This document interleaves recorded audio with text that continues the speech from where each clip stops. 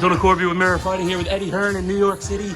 I've never seen the likes of this for women's boxing. Unbelievable. I mean, look, we always knew this was going to be big, but obviously we're at a stage now where not just the biggest female fight of all time, but one of the biggest fights of all time. You've seen the media, you just saw it at Empire State Building. Crazy. They're lighting up Empire State Building on Saturday night. Irish, Puerto Rican flags, just incredible. And, you know, arguably the biggest turnout I've seen in terms of media presence for a fight. Obviously you're backing Katy to win, but is this the first time in her I'm not career? just backing, I'm backing out by stoppage.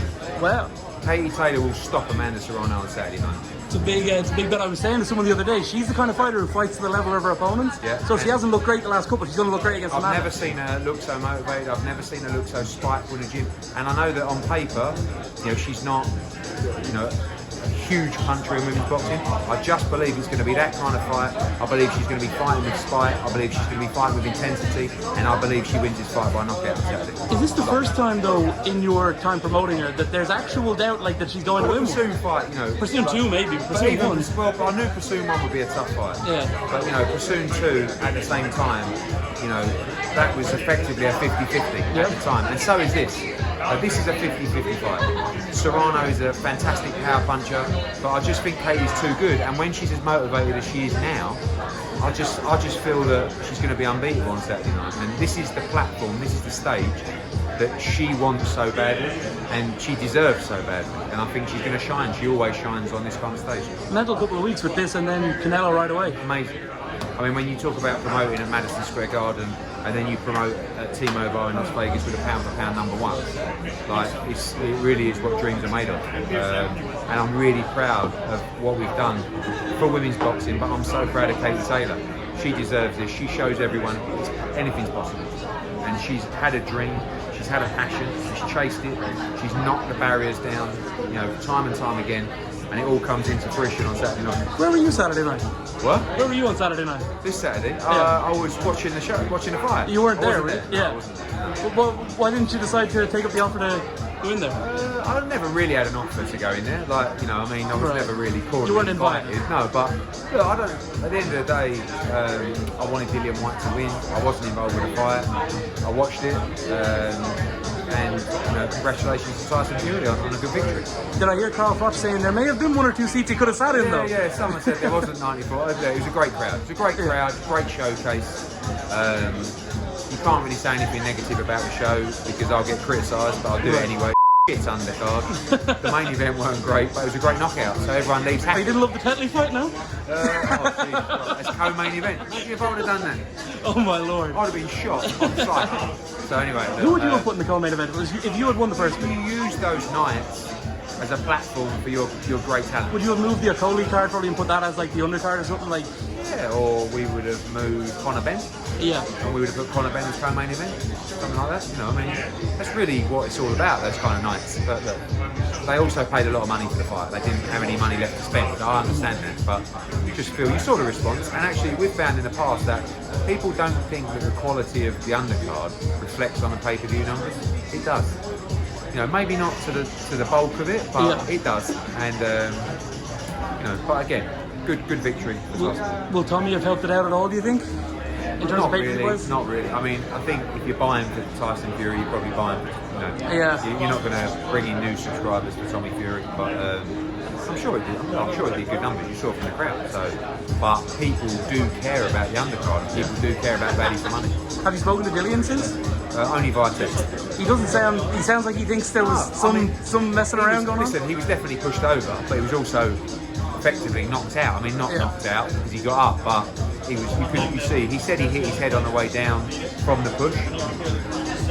You know, I don't think there's any call for a rematch really. I'd love to see him get another shot, but if you want me to be honest, like, you know, he got beat fair and square. Really, it was a foul, but maybe he should have been given more time. You've seen them not given loads. So what's the story with AJ Usyk? Is this happening in July? 100% happening in July. We're closing off the date at the moment, venue, everything, and we hope to have an announcement for you soon. That 25th date is not set in stone. 23rd. It's a strong possibility. It's not done, but could be the date. And Saudi is possibly one of the front runners. Yeah. Is there any chance you would do it in London? We'd like to, but Usyk's on a share of the revenue. That's true. Yeah. It's probably more than double to do it elsewhere. So You know, we're up against that. We'd like it in London because it gives you an edge. It gives AJ an edge. And, you know, we've definitely taken edge in that fight. But ultimately, both fighters have got to be happy with the deal, and we have to generate the most revenue for that fight at the same time. So, when did you last speak to AJ? How's he feeling at the moment? Now, he feels great. Really excited to fight. That's like a meme, isn't it? What a stupid question to ask. When did you last speak to him? Just really ready to fight. Ready to get the fight date announced. I'm ready to make it happen. Do you believe Tyson Fury is really retired, or is he? His best fights are ahead of him. You know, Francis Ngannou is the best one. Anyone can retire. It's down to the individual. But as a boxer, he can't be a generational great unless he fights Usyk, AJ, you know, these kind of fights. Ngannou, yeah. Well, you know, it would be big. We'll see. Has Kell Brook budged any bit on the offer you made him? And no, he's gone very quiet. I actually texted him the other day and said, mate, we've got to make this fight. I said, it's right on you. It's there. Yeah. But he didn't reply, actually, so I don't know. I think he may retire.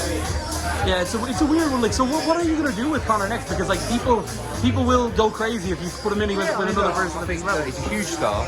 He's doing great numbers, and he's still developing as a fighter. But at the same time, we need to step him up because people want to see him step up. So you know those names that I talk about, whether that's Mikey Garcia, Danny Garcia, Keith Furman. I like Barrios, for example, is a good fight. Adrian Broner. We need to find one of those guys, and hopefully we can do that for the summer. You're back working with Jake on Saturday night. I understand the deal with Showtime isn't 100% done. Is there a chance maybe Matchroom and DAZN and Most Valuable Promotions might do something? Yeah, you know, I like Jake. I think he's a great. I think we promoted his pro debut. Great night in Florida. We don't want to do YouTube anymore, and he's kind of moved away from YouTube boxing, if you like. You know, I see him now as something different to that. He's a fighter. I don't think he's going to go on and win championships, but he's a fighter in his own right, and people will tune in to watch him. So respect to him, and he's been great to work with on this show. If you were working with him, would you say it has to be someone like Tommy next? No, I think he can find anyone he wants. I mean, Tommy Fury needs Jake Paul. Let's be honest. Like, when I say someone, Tommy can't get a payday for a fight as easy as that any time in his career or any time in his life. Right? So he needs Jake Paul. But I don't know how big that fight is. Honestly, I know it can be quite big in the UK. But in the US, is it really that big, that fight? I don't think so. But look, I think he's going to play around with Tommy Fury and try and get him cheap. And then if he can't, I think he'll move on and fight someone else. Obviously, you know, there's so much on your schedule at the moment, but in terms of like, outside of like the Canelo and the AJ ones, what do you think like fans who are considering a DAZN subscription should really be looking forward to? Well, I think that you've got Katy Taylor against Amanda Serrano, and you've got Canelo Bivol over the space of 1 week. Right? That's not value for money for subscription. I don't know what is. You know, you're coming off Ryan Garcia, Conor Benn. You know, coming up in June, we've got all our action coming from Mexico, we just announced, from Italy, from Spain. We've got a World Championship quadruple header just announced for June 25th as well in San Antonio. It's non-stop. So, and obviously, hopefully, building towards Canelo Alvarez against Gennady Golovkin if he wins next week. It's a very tough fight. You just mentioned Ryan Garcia. What happened with Devin Haney? Like out of nowhere, he's off somewhere else. Because his contract was up with us. Lou DiBella wouldn't do a deal with DAZN. DAZN didn't want to do a deal because Australia wasn't available within the deal. So ESPN was a better deal for Lou DiBella. The only way Devin Haney could get that fight is to sign a 2-fight deal for the fight and a rematch. And that's what he had to do. And you know, he can become undisputed champion through that. Dana White's doing an event again in the summer. Have you talked to him about maybe like, I know you did Goodison before. I spoke to him last night, genuinely. And I'm going to see him next week in Vegas, so we'll have a chat. Would you tell him, like, would you give him like help with like the logistics of putting on a big stadium? So he's a great promoter. He doesn't necessarily need my help. If he needs any advice, I'm here for him. Like he's given me advice in the past. Are you friends? Like, do you like talk frequently? Look, friends. We don't go out for beers and stuff like that. No. But I respect him, and I would have no problem reaching out for him if I needed help or anything. And that's always open to him. He's always been incredibly hospitable to me at all junctions, and I take people out I find them, and I find him to be a gentleman. It's funny how he was so willing to have you at his event in London, this huge UFC, and then Frank didn't want you anywhere near. That's the difference. I don't feel threatened by Dana, and he doesn't feel threatened by me. Frank feels threatened by me, and he doesn't want me anywhere near anything. Whereas actually, I could have probably added another 300,000 pay-per-view buys to that event if I was involved in the promotion. But you know, Dana's always been very hospitable to me, and I've got a lot of time for him. I remember years ago you talking about, I might go into MMA, I might do Jake or Logan's MMA fight. Did Dana have to kind of set you straight and go, stay in your lane on this? I'm sure he'd say to me, if you want to go into MMA, good luck. And if he wants to go into boxing, good luck. But we've also both got a lot on our plates. Eddie, I've taken way too much of your time. Thank you so much. Cheers, mate. Cheers.